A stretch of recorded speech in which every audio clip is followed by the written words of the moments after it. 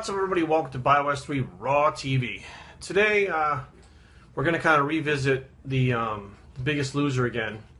I want to thank Jessica C, last name spelled C-E, for sending me this on Facebook. Hey, bro, what's going on, buddy? We done?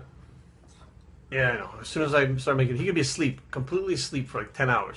I start to make a video, he comes in like he's the director or something. He has to be here. Anyways, Jessica sent me this this thing about The Biggest Loser, and it's the brutal secrets behind The Biggest Loser. Now, it's in the New York Post, and it's on the New York Post, nypost.com.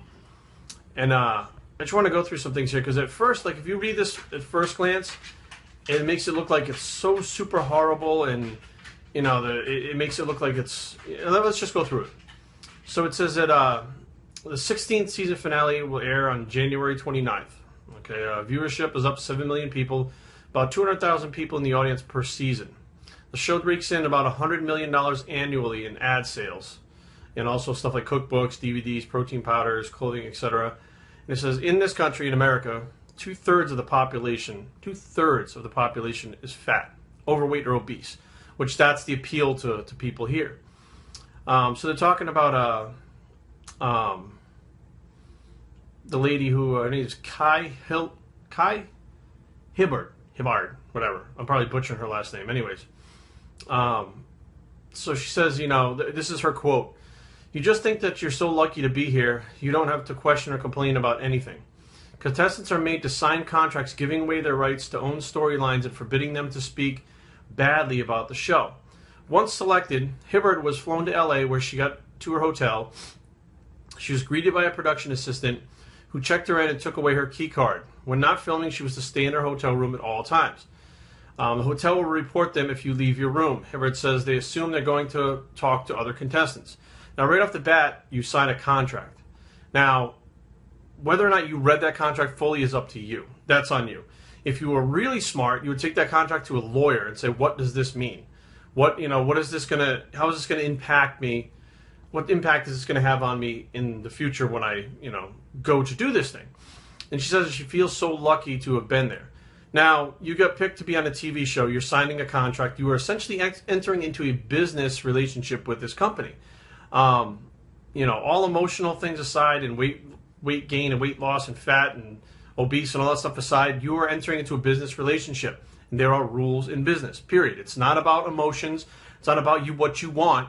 It's about the business relationship. And what you wanted was the business relationship, which is why you signed the contract to begin with. Now, again, once you got to the hotel room, if you decided, look, I don't want to be sequestered like that. I want to be able to talk to my family. I can't do this.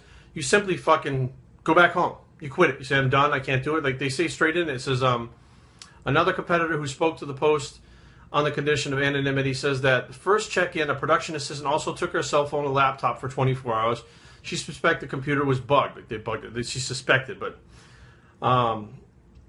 it was a Big Brother was always watching you type situation. And she says flat out that they were worried that you would call home and give away secrets to the show. Okay, now there's a lot of shows like that. It's not just The Biggest Loser. Like The Bachelor and all these other shows, the way they end up where someone wins something, they go through the same things. You sign contracts, you can't say anything, et cetera, et cetera. Another contestant, child became ill and was in the ICU. He was allowed to talk to his family, but he didn't want to leave because the show would have been done with him. Now, at any time, that tells me you can leave and the show will be done with you. So you're basically opting out of the contract that you signed with the show as that business decision. The problem is you're entering this business decision expecting to get something very emotional out of it. You may or may not have tried to lose weight before in the past and have not been able to do it. So you figure this is your only chance. We see this with My 600-Pound Life and these other TV shows where, these people, it's so hard, I can't do it. They feel like they can't. It's like giving up an addiction. So, when this opportunity comes along, I think they're looking at it as like, oh, this is my opportunity, but I want to do this, but I want to have it my way too. I want to talk to my family. I don't want to abide by the rules. These rules suck. Hear a lot of whining going on, basically, when you've been given a chance to do something you haven't been able to do on your own. And on top of it, you're going to get fame, notoriety, and probably a decent amount of money for the rest of your life as a Biggest Loser contestant. If you get great results, you're a motivation to the world. If you get contracts and endorsements afterwards, that's all from that. So you're giving up a small piece of your life, a small amount of time, as an investment into your future for your health, the weight loss, as well as possible business endeavors in the future. So how the fuck is this so bad? Like, oh, I have to be sequestered. When you do the Miss USA, I had a competitor who won the Miss Maryland USA pageant. She then went on to Miss USA, Donald Trump's Miss USA in Las Vegas. Now, again, this is something that is one of those things where they're on lockdown, they stay in the hotel, they only travel when they have security from the hotel to photo shoots and stuff like that. At night, they put a piece of tape on the outside of the door so they can't come outside of the room. They weren't even allowed to go to the gym. I had to construct a workout for her to do in the room with rubber bands and water jugs because, you have rules that you have to go by when you're entering these competitions. Now, some of them were, like, wow, that's a lot that we have to do. But you know what? I get the chance of being Miss USA. And I have already won a title that's going to help me throughout my life. Like, they understood that you're giving a piece of yourself to get something back. And I don't see that with, the way this lady's talking. She said there was no easing into it. It doesn't make for good TV. My feet were bleeding through the shoes for the first 3 weeks. Now, if your feet are bleeding through the shoes for the first 3 weeks, you'd be in the hospital. They're not going to fucking wrap your feet up and tape them. That's just a flat-out lie. I'm telling you right now, that's a lie. If you get a blister that fucks you up, you'll be out of training for 2 or 3 days. So that's bullshit. Your feet are bleeding. The problem is these people, when they start to do the exercise program, they're easing into it is like going to the gym like 1 day a week, walking on the treadmill for like 2 minutes. Like, easing into it is like basically doing nothing because they were really lazy to begin with. And they try to ease into it. Well, you have never done anything yet to lose that weight. So you have experts that are willing to help you, and you're being thrown right into it and not easing into it. It's probably really easing into it, and you don't understand what it is because you're so fucking out of shape that you don't have a concept of what little amount of work you're actually doing. She said on the first day she was put through this regimen: rowing, body weight work, kettlebells, cool down on the treadmill, interval training, Stairmasters, outside work with tires. Now, she's not saying that she trained for 9-10 hours doing this stuff. She said at one point she collapsed. I thought I was going to die.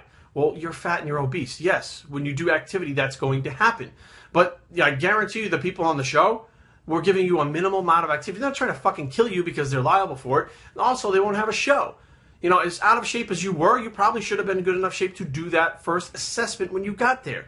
Problem is, you probably haven't been doing anything for a long period of time. The trainer yelled, "Get up," and then made a comment about sick and overweight relative. What the fuck? Like, that's motivation.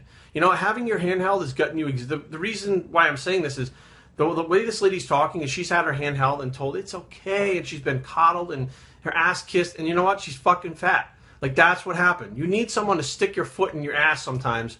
And again, at any time, she could have just walked away from this. You don't have to stick to it. The reason you thought this was a golden opportunity, an opportunity of a lifetime, is because you couldn't do it on your own. You thought you were going to walk in there, people were going to hold your hand, you're going to walk on the treadmill for 2 minutes, and people are going to be like, "It's okay," and pet you on the fucking head, and you were going to magically lose 200 pounds. Like, what the fuck did you think was going to happen? Like, it's confusing. And like I said, you signed a contract, you knew what you're getting yourself into, or when you got there, if you found out that it wasn't what you wanted, you could leave. Now, some people are like, well, maybe she didn't have the money to leave. Well, what the fuck? Like, then fly home and fucking sue them later for the money. Like, I don't know what more they want. You have everything handed to you on a plate. That they would say things to the contestants like, "You're going to die before your children grow up." What the fuck is wrong with that? That's the truth. You're 450 pounds. Before your kid hits high school, you'll be in a coffin. I don't see anything, that's real. That's reality. That's telling you the truth. And you're going to die just like your mother. Did your mother die of obesity? She did? Well, then you should open your fucking eyes because that's the truth. Like, are you kidding me? Like, you want to have your ass kissed? You're fucking fat. You put yourself in that predicament. You put yourself directly in the lion's den by being fucking fat, and you're worried that the fucking lion's going to come in and eat you. That's a crazy metaphor, but you understand what I'm trying to say. And then he says, "We've picked out your fat person coffin." That may be over a little bit. And that was in a text message. Okay, whatever. One production assistant told a contestant to take up smoking because it would cut her appetite in half. Okay, whatever. I never heard anything like that. To me, that's not the best idea. I think that's a terrible idea. Meanwhile, the calories are severely restricted. The recommended daily intake for a person of average height and weight is 1,200 to 1,600 calories per day. The contestants were ingesting far less than 1,000 calories.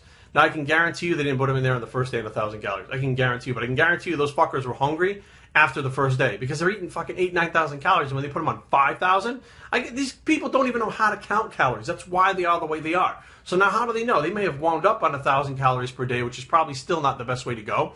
But the bottom line is they lost the weight. It's a TV show. It's a competition. It's a business. You're not really getting into it for your health. And that's I think where the confusion is. So your grocery list approved by your trainers, so what? You should have an approved grocery list because of the fact that you've been fucking up for so long. My season had a lot of Frankenfoods. I can't believe it's not butter. Kraft fat-free spray, Kraft fat-free cheese, Rockstar energy drinks, and Jell-O. Good. You should be eating more of that shit than the fucking garbage you were eating before. Production did blood work on all the contestants. Showed the doctor prescribed electrolyte drinks. Don't drink it. It'll put weight on you is what they said. You'll lose your last chance to save your life. I don't know what the fuck that... I'm thinking that there's some shit that got misconstrued because it's stuff like they did blood work but then told them not to drink it. Well, what the fuck? I don't know. Some of this I'm believing, some of it I'm not. Safe weight loss is 1 to 2 pounds per week, and most people find that hard. Well, if you're 500 pounds or 400 pounds, no. 2 pounds a week is unacceptable. Fucking 10 pounds, 10 pounds a week, you should be able to pull off a frame like that because it's easier to lose weight when you're that fat. Okay, that's it. You're shooting for mediocrity. They're shooting for 2 pounds a week and they're getting fucking 1 thinking, I'm doing great. No, you suck. You get that 5 fucking pounds a week minimum or fucking don't even come in here because you can do that shit on your own. Like it boggles my fucking mind. It's like running a marathon in poor shape 5 days a week. So you had 2 days off. So you had 5 days a week you were exercising, which is that too much? Do you work 5 days a week? You probably work 5 days a week. Do you work 8 hours a day? Well, that's normal. That's normal for people to be active and do things for 8 hours a day, 5 days a week. So, she went from 330 to 208. But after the show, she said she was so malnourished that she was urinating blood, a sign of kidney damage. Okay, first of all, you're losing fat. You're not malnourished if you're still 208 fucking pounds. You're malnourished when you're like 101 pounds. Okay, that's malnourished. Your body's fucking perfectly nourished. You've given the fucking foods, vitamins, minerals. It's bullshit. Now, and I mean, that's pretty much all I'm going to go to. This is a fucking long article, and we're already running like 12 minutes here. But bottom line is, it says most weight loss programs, people gain at least half of the weight back. Hibbard, who lost 121 pounds, to end up at 144, put weight back on, but won't say how much yet. Yet she feels a responsibility to someone held up as false inspiration. So basically, false inspiration. You know what? You lost the weight. You had to have someone fucking be up your ass 24 hours a day. You should be embarrassed of false inspiration because you didn't do it on your own. You had everything handed to you. You were put in the right circumstances to do it. You did it, and then when you got done with it, you didn't continue with it. You put the weight back on. And they followed someone else recently, and the person did put all the weight, if not more, back on. Not because they fucked themselves up. It's because they couldn't fucking handle it mentally doing the things that they need to do. Instead, they went right back to the addictive personality that they had, eating the food, gaining the weight back, and fucking themselves up again. And they're only themselves to blame. Period. There is all the information out there nowadays on the internet. It doesn't take but 5 minutes to start Googling and figure out how to do this shit, but you gotta have it here. And you gotta have it here. And you gotta fucking do it every day. You gotta get up when you don't feel like it. And when they fucking kids walk by with McDonald's, you go eat your fucking salad. And when the kids fucking sit down and eat a pizza and macaroni and cheese at night, you have a fucking piece of chicken, broccoli, and a fucking sweet potato. Like that mind, I watch my 600-pound life all the time. That train of thought is what fucks you up, not what somebody took you on a fucking TV show. That didn't fuck you up. Your brain is fucked up. Once you get that in check, there are plenty of people out there that lose fucking a lot of weight and keep it off. But they're the ones that are strong here and here. That's it. BioStraining@gmail.com. Leave comments down below, but don't fight.